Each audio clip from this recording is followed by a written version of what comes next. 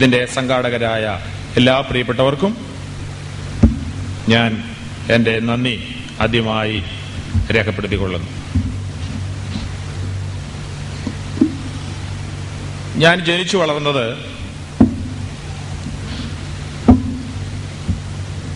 മലപ്പുറം ജില്ലയിൽ നിലമ്പൂരിലാണ്.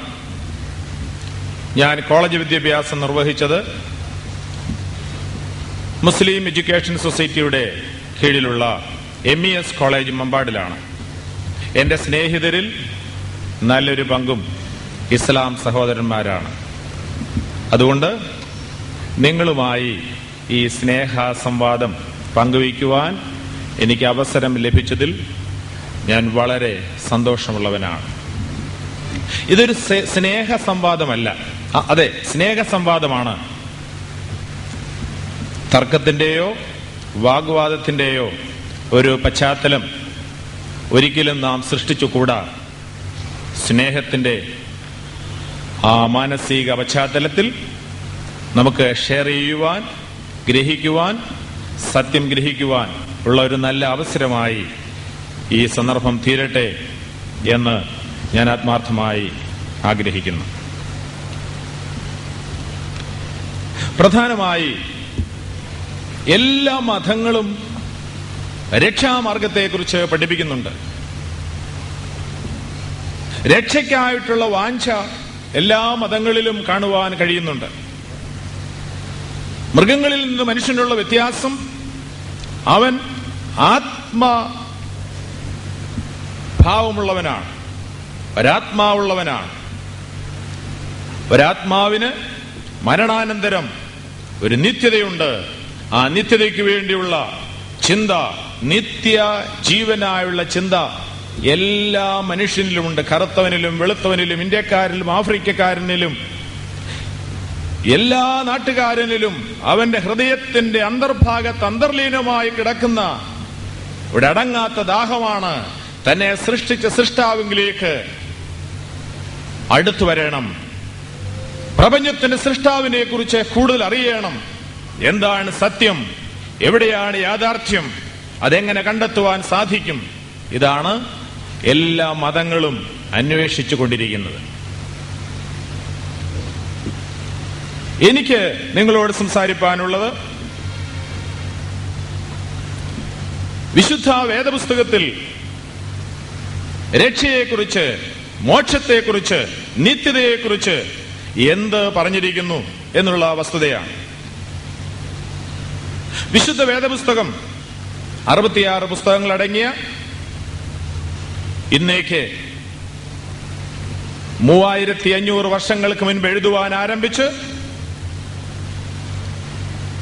AD 95 അവസാനിപ്പിച്ച് 40-ലധികം എഴുത്തുകാരാൽ രേഖപ്പെടുത്തപ്പെട്ട വിവിധ പശ്ചാത്തലത്തിൽ സാഹചര്യങ്ങളിൽ ജീവിച്ചിരുന്ന വ്യക്തികളാൽ എഴുതപ്പെട്ടതായ വിശുദ്ധ വേദപുസ്തകം, ഈ വേദപുസ്തകം ദൈവനിശ്വാസ്യമാണ് എന്ന് ആന്തരിക സാക്ഷ്യം വെളിപ്പെടുത്തുന്നു. മോശയുടെ പഞ്ചപുസ്തകങ്ങൾ തോറ, സുവിശേഷങ്ങൾ, ഇഞ്ചീൽ, ഇവ ദൈവത്താൽ നൽകപ്പെട്ടതാണ് എന്ന് ആന്തരിക തെളിവുകൾ വെളിപ്പെടുത്തുകയാണ്. യഹോവ, പഴയ നിയമത്തിൽ വെളിപ്പെട്ട യഹോവ ഇപ്രകാരം അരുളി ചെയ്യുന്നു എന്നാണ് പഴയ നിയമത്തിന്റെ പുസ്തകങ്ങളിൽ തുടരെ നമുക്ക് കാണുവാൻ സാധിക്കുന്നത്. യെശയ്യാ പ്രവചനത്തിൽ നാം കാണുന്നു, യഹോവയുടെ പുസ്തകത്തിൽ അന്വേഷിച്ച് വായിച്ചു നോക്കുവീൻ, അവയിലൊന്നും ഇണയില്ലാതിരിക്കയില്ല, അവന്റെ ആത്മാവത്രേ അവയെ കൂട്ടിവരുത്തിയത്. ഉൽപ്പത്തി പുസ്തകം 1-ാം അധ്യായം 1-ാം വാക്യത്തിൽ ആദിയിൽ ദൈവം ആകാശവും ഭൂമിയും സൃഷ്ടിച്ചു എന്ന് രേഖപ്പെടുത്തിയത് മുതൽ ഒടുവിലത്തെ അധ്യായം വരെ അവന്റെ ആത്മാവ് അത്രേ കൂട്ടിവരുത്തിയത്. ദൈവത്തിന്റെ ആത്മാവ് ദിവ്യഹിതപ്രകാരം കൂട്ടിവരുത്തിയതാണ് വിശുദ്ധ ബൈബിൾ എന്ന് വളരെ വ്യക്തമായി ആന്തരിക തെളിവുകൾ വെളിപ്പെടുത്തുന്നു. പുതിയ നിയമത്തിൽ നമുക്ക് കാണാം, പ്രവചനം ഒരിക്കലും മനുഷ്യന്റെ ഇഷ്ടത്താൽ വന്നതല്ല, പിന്നെയോ മനുഷ്യർ ദൈവാത്മനിയോഗം പ്രാപിച്ച് രേഖപ്പെടുത്തിയിരിക്കുന്നു എന്ന് 1 പത്രോസ് 2-ാം അധ്യായത്തിൽ നമുക്ക് കാണാം, 1-ാം അധ്യായത്തിൽ നമുക്ക് കാണാം. തിരുവചനത്തിലെ വ്യാഖ്യാനങ്ങളെല്ലാം മനുഷ്യന്റെ അഭിപ്രായങ്ങളല്ല, പിന്നെയോ ദൈവത്തിന്റെ മാറ്റമില്ലാത്ത വചനമാണ്. ഇനി നമുക്ക് ബൈബിൾ രേഖപ്പെടുത്തിയതിനു ശേഷം 600 വർഷങ്ങൾക്ക് ശേഷം അവതരിക്കപ്പെട്ട വിശുദ്ധ ഖുർആൻ എന്താണ് ബൈബിളിനെ കുറിച്ച്, ഇഞ്ചിലിനെ കുറിച്ച്, തൗറാത്തിനെ കുറിച്ച് പറഞ്ഞിരിക്കുന്നത് എന്ന് നമുക്കൊന്ന് ശ്രദ്ധിക്കാം. അതോടുകൂടെ ഞാൻ എന്റെ വിഷയത്തിലേക്ക് പ്രവേശിപ്പാൻ ആഗ്രഹിക്കുകയാണ്. 10-ാം സൂറ 94-ാം വാക്യത്തിൽ ഇങ്ങനെ രേഖപ്പെടുത്തിയിരിക്കുന്നു. അള്ളാഹു മുഹമ്മദിനോട് പ്രസ്താവിക്കുന്നതായി നാം വായിക്കുന്നു. ഇനി അങ്ങനെയല്ല, നാം നിനക്ക് നൽകിയിരിക്കുന്ന സന്ദേശങ്ങളിൽ നിനക്ക് വല്ല സംശയമുണ്ടെങ്കിൽ നിനക്ക് മുൻപുള്ള ദൈവീക സന്ദേശങ്ങൾ പാരായണം ചെയ്തുകൊണ്ടിരിക്കുന്നവരോട്, പൂർവ്വവേദക്കാരോട് ഒന്ന് ചോദിച്ചു നോക്കുക. നിന്റെ രക്ഷിതാവിൽ നിന്നും നിനക്ക് സത്യം വന്നു കിട്ടിയിരിക്കുന്നു. അതുകൊണ്ട് നീ സംശയിക്കുന്നവരിൽ ഉൾപ്പെട്ടു പോകരുത്. ഏതെങ്കിലും സംശയം മനുഷ്യന്റെ രക്ഷയെക്കുറിച്ചോ, ഇബ്രാഹിം നബിയെക്കുറിച്ചോ, മൂസ നബിയെക്കുറിച്ചോ, ഈസാ നബിയെക്കുറിച്ചോ ഏതെങ്കിലും സംശയങ്ങൾ നിനക്കുണ്ടെങ്കിൽ അത് നിനക്ക് മുൻപുള്ള ദൈവീക സന്ദേശങ്ങൾ പാരായണം ചെയ്തുകൊണ്ടിരിക്കുന്നവരോട് ഒന്ന് ചോദിച്ചു നോക്കുക. ഈ സമ്മേളനം സംഘടിപ്പിച്ചിരിക്കുന്നത് ഇതിനു വേണ്ടിയാണ് എന്ന് ഞാൻ ഗ്രഹിക്കുന്നു. എന്റെ മുൻപിലിരിക്കുന്ന സത്യാന്വേഷികളായ പ്രിയപ്പെട്ടവർക്കെല്ലാവർക്കും അനേക ചോദ്യങ്ങളുണ്ട്, അനേക സംശയങ്ങളുണ്ട്. ആ സംശയങ്ങൾ ക്ലിയർ ചെയ്യുവാൻ അള്ളാഹു കൽപ്പിച്ചിരിക്കുന്ന ആ കൽപ്പന നിറവേറ്റുവാൻ എനിക്ക് വളരെ സന്തോഷമുണ്ട്. നിങ്ങൾക്ക് എന്തെങ്കിലും സംശയമുണ്ടെങ്കിൽ നിങ്ങളുടെ മുൻപിലുള്ള വേദക്കാരോട് ചോദിച്ചു നോക്കുക. അപ്പോൾ AD 95-ൽ അപ്പോസ്തലനായ യോഹന്നാൻ രേഖപ്പെടുത്തിയിരിക്കുന്ന തിരുവചനങ്ങൾ അതിനുശേഷം 6 നൂറ്റാണ്ട് കഴിഞ്ഞ് മുഹമ്മദിന് വെളിപ്പെടുത്തിയതായ വിശുദ്ധ ഖുർആനിൽ ഇപ്രകാരം രേഖപ്പെടുത്തണമെങ്കിൽ അതിന്റെ അർത്ഥം വിശുദ്ധ ബൈബിളിൽ ഈ 6 നൂറ്റാണ്ടുകൾ കൊണ്ട് യാതൊരു തിരുത്തലുകളും വന്നിട്ടില്ല എന്നാണ്. പല പ്രിയപ്പെട്ടവര് അവരുടെ അജ്ഞതയിൽ നിന്നായിരിക്കാം അവരെ പറഞ്ഞു വരുത്തുന്നുണ്ട്.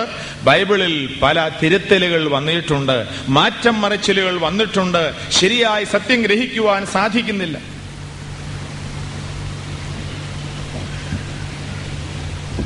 അഞ്ചാം സൂറ 46-ാം വാക്യത്തിൽ ഇങ്ങനെ വായിക്കുന്നു: ആ നബിമാരുടെ ചവിട്ടേടുകളെ പിന്തുടർന്നുകൊണ്ട് നടക്കുവാനായി മറിയാമിന്റെ മകൻ ഈസയെയും അയച്ചു.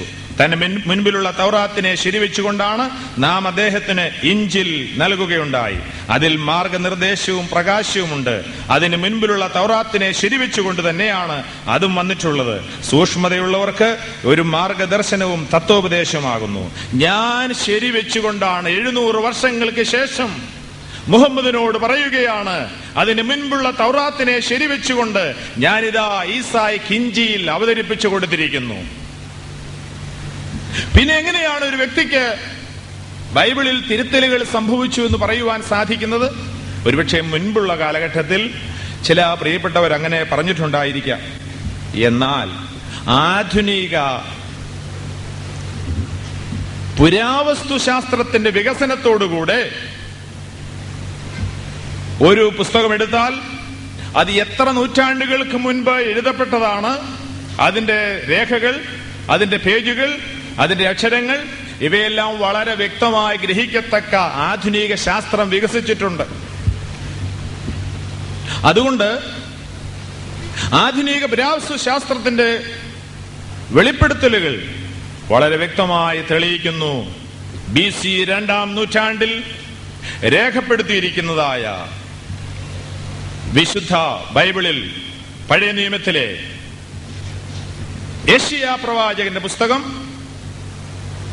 BC 2-ാം നൂറ്റാണ്ടിൽ രേഖപ്പെടുത്തിയ യെശയ്യാ പ്രവാചകന്റെ പുസ്തകം അഥവാ യേശു ക്രിസ്തുവും തന്റെ ശിഷ്യന്മാർ ഉപയോഗിച്ചിരുന്നതായ അതേ പുസ്തകം തന്നെ 1947-ൽ ചാവുകടലിന് സമീപത്തുള്ള കുമ്രാൻ ഗുഹകളിൽ നിന്നും ലഭിച്ചിരിക്കുന്നു. ഒരു ഗുഹയിൽ നിന്ന് വളരെ യാദൃച്ഛികമായി ഒരു അറബി ആട്ടിടയ ബാലൻ തന്റെ കാണാതെ പോയ ആടുകളെ അന്വേഷിച്ച് പകൽ മുഴുവൻ അലഞ്ഞു നടന്നു. ഒടുവിൽ ഈ ചാവുകടലിന് സമീപത്തുള്ള കുംഭറാൻ ഗുഹകളുടെ ആ സമീപത്ത് വന്നപ്പോൾ ആടുകളെ അന്വേഷിച്ച് ഒരു കല്ല് ഒരു ഗുഹയിലേക്ക് എറിഞ്ഞു. പെട്ടെന്ന് എന്തോ പൊട്ടുന്ന ശബ്ദം കേട്ടു. തന്റെ സ്നേഹിതരെയും വിളിച്ചുകൊണ്ടുവന്ന് താനത് പരിശോധിച്ചപ്പോൾ അനേകം മൺകുടങ്ങളിൽ നിരനിരയായി അടുക്കി വെച്ചിരിക്കുന്ന തോൽ ചുരുളുകൾ, പാപ്പിറസ് ചെടിയുടെ ചുരുളുകളിൽ രേഖപ്പെടുത്തിയിരിക്കുന്ന ബൈബിളിന്റെ പതിപ്പുകളാണ് തനിക്ക് ലഭിച്ചത്. അതെന്താണെന്ന് അറിയാൻ സാധിക്കാതെ താനത് അടുത്ത തെരുവിൽ കൊണ്ടുപോയി വിൽക്കുന്നതിന് ശ്രമിച്ചു. ഒരു പുരാവസ്തു വിൽപ്പനശാലയിൽ താനത് വളരെ തുച്ഛമായ വിലയ്ക്ക് വിറ്റു.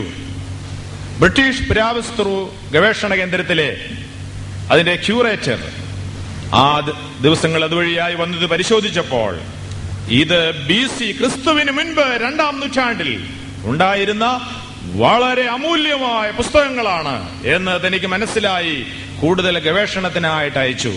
താൻ പരിശോധിച്ചപ്പോൾ കുംഭ്രാൻ ഗുഹകളിൽ നിന്നും 14,000 ബൈബിൾ പ്രതികൾ, കോപ്പികൾ അദ്ദേഹത്തിന് ലഭിക്കുകയുണ്ടായി. ഇത് കെട്ടുകഥയല്ല, തെളിഞ്ഞ സത്യമാണ്. ഈ സത്യം വിളിച്ചു പറയുന്നു. യേശുക്രിസ്തുവിന്റെയും അപ്പോസ്തലന്മാരുടെയും കാലത്തുണ്ടായിരുന്ന അതേ ബൈബിൾ തന്നെയാണ് ഇന്നും നമ്മുടെ കയ്യിലിരിക്കുന്നത്.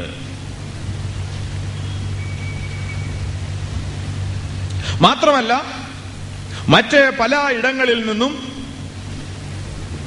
ഇതുപോലെയുള്ള ചുരുളുകൾ ലഭിക്കുകയുണ്ടായി.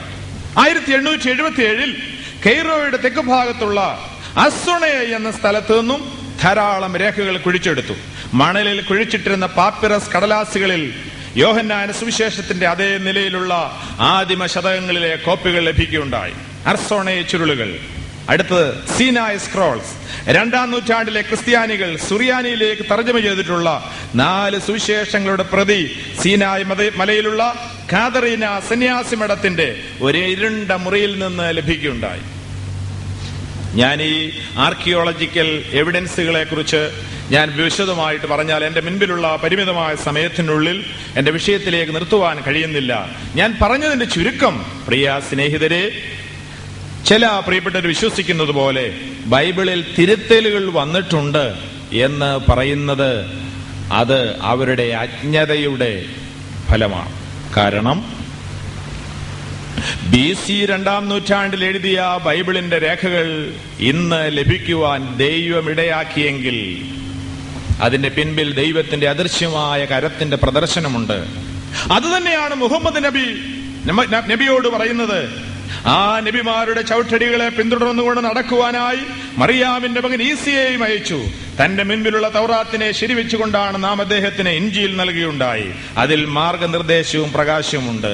അതുകൊണ്ട് പ്രിയ സ്നേഹിതരെ, ഇഞ്ചിലിൽ തൗറാത്തിൽ മാർഗനിർദ്ദേശവും പ്രകാശവുമുണ്ട് എന്ന് അള്ളാഹു കൽപ്പിച്ചിട്ടുണ്ടെങ്കിൽ അത് അപ്രകാരം തന്നെയാണ്. അതിലേക്ക് നിങ്ങളുടെ ശ്രദ്ധയെ കൊണ്ടുവരുവാനാണ് ഇന്ന് ഈ സായാഹ്ന സമയത്ത് എനിക്ക് ലഭിച്ചിരിക്കുന്ന ചുരുങ്ങിയ നിമിഷങ്ങൾ ഉപയോഗിപ്പാൻ ഞാൻ ആഗ്രഹിക്കുന്നത്.